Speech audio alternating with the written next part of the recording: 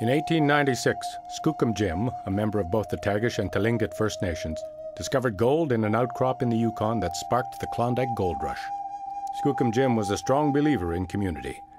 When he died in 1916, he left instructions that his fortune be placed in trust and used to help his First Nations brothers and sisters.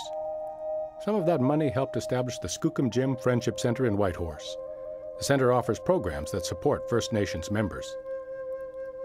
The Athabasca Basin Development Limited Partnership is also improving the lives of First Nations members and providing numerous high-quality services to exploration and mining companies operating in northern Saskatchewan. It's a marriage of more than convenience. Things got started in 1998 as a non-profit enterprise known as the Athabasca Basin Development Corporation. The intent was to bring economic prosperity to a region needing precisely that. Some smaller contracts were already secured, but the board decided it was time to form partnerships with established businesses that could provide more experience, know-how through mentoring, and trusted brand names that would bring bigger contracts. The established businesses, meanwhile, would get a skilled, eager, and local Aboriginal workforce. In 2002, those ideas helped form the Athabasca Basin Development Limited Partnership.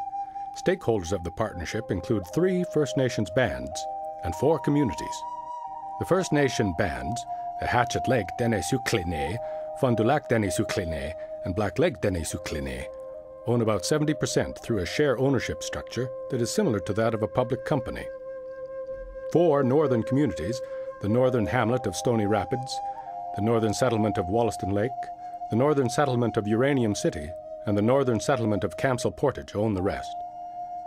Inside the partnership are 6 divisions, some of which are owned outright.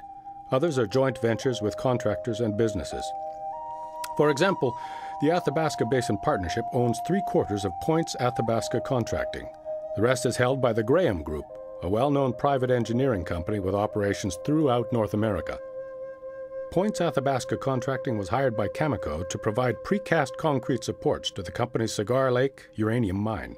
The contract is worth $40 million over 15 years. According to Graham Group Vice President Brian Lucan, the relationship between his company and Points Athabasca Contracting works very well indeed. The Athabasca Basin Partnership has also worked with Canalaska Uranium, PurePoint Uranium, and Areva. The partnership employs about 600 people, most of whom come from First Nations communities. Consolidated revenues for year ended March 31, 2007 exceeded $50 million, and annual profit has increased 6,200% since the partnership's inception. A dividend of 3% of total equity was declared in 2007, and the proceeds were distributed to the communities to invest in economic or other initiatives. The partnership is expanding, too. Athabasca Basin Exploration was formed in 2006 and now provides line cutting services to exploration companies. The PDAC applauds the members of the Athabasca Basin Partnership for their enterprise and creativity. Theirs is a model of how First Nations and the mineral industry can work in concert to benefit each other. By using the proceeds derived from exploration and mining to benefit their communities, they are also continuing the legacy of Skookum Jim.